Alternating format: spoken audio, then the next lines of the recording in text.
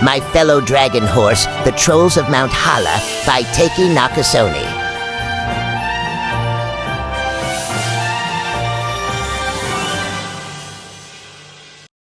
About Stutter. Stutter Herrick III is the king of the dragon horses. He is a master strategist who wears an ancient Viking helm and carries the burden of his brother's safety. The note from Stutter: I am Stutter Herrick III.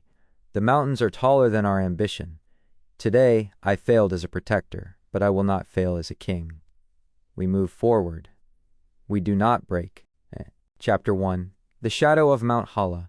The dragon horses stood at the base of Mount Hala, a jagged peak that seemed to pierce the very clouds.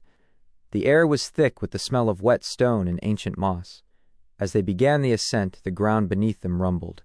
Stutter looked up at the overhangs, his ring of command pulsing with a steady blue light that warned of movement deep within the rock. The mountain is hollow, Stutter observed, his voice echoing against the cliffs. There are tunnels everywhere. Rainlout, stay low. The wind up there is controlled by the trolls, and they'll swat you out of the sky if you fly too high. Rainlout gripped his black sword, his wings tight against his back.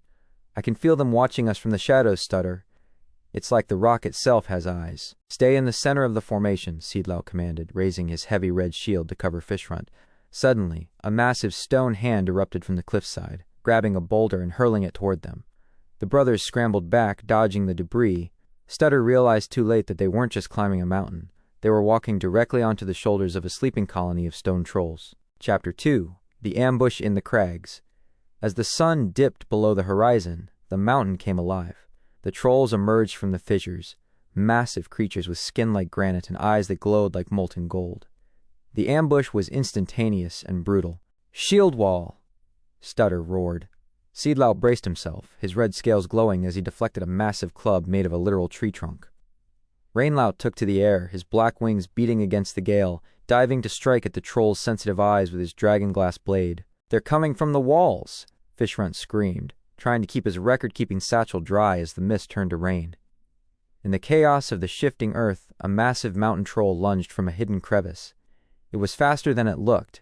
Before Seedlout could pivot his shield, the troll grabbed Fishfront by the tail. "Stutter! Help!" Fishfront shrieked.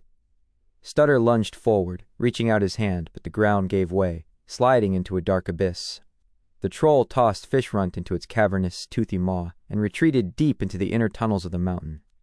The heavy stone doors of the cavern slammed shut, leaving the three brothers in a terrifying silence. Chapter 3. Into the troll's maw. Inside the troll's gullet, Fishfront was surrounded by suffocating darkness and the grinding sound of stones.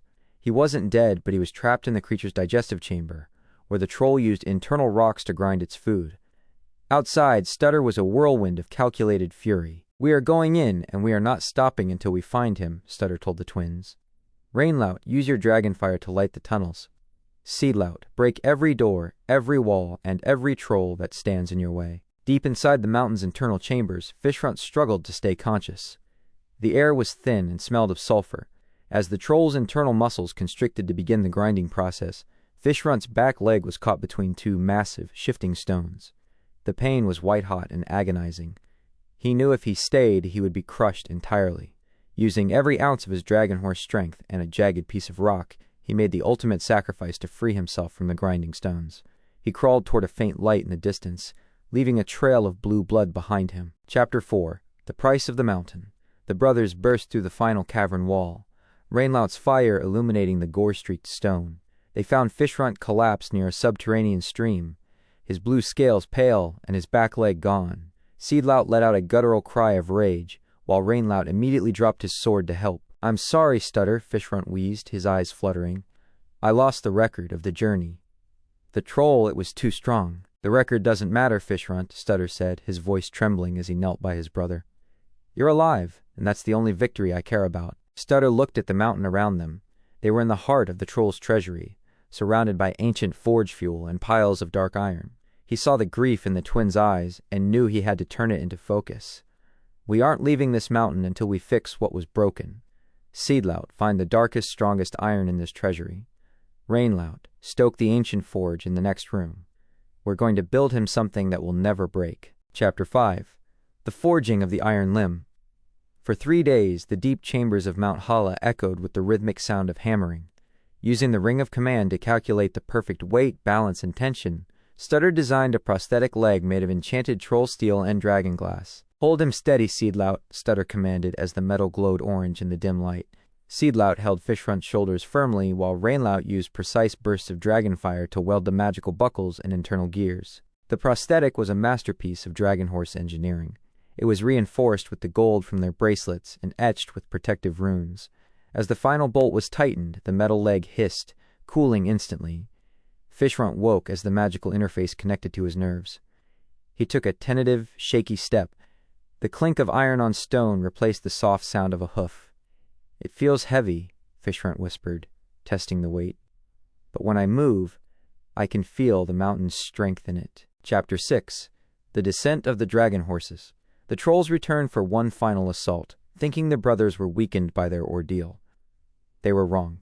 As the massive stone doors of the main hall opened, they were met by a new kind of terror. Fishfront led the charge, his new prosthetic leg allowing him to kick with enough force to shatter the granite skin of the trolls. "They took a piece of us," Stutter shouted, his Viking helm gleaming in the torchlight. "Now we take the mountain." With Rainlout providing aerial cover and Seedlout acting as an unstoppable battering ram, the dragon horses carved a path out of Mount Hala. Fishfront's iron leg left deep, permanent marks in the rock, a warning to any creature that dared to cross them. They emerged from the base of Mount Hala just as the sun rose, battered and scarred, but more dangerous than ever before. Fishfront looked back at the peak, his iron leg gleaming in the morning light. "The record is updated," he said firmly. "The dragon horses don't just survive, we adapt."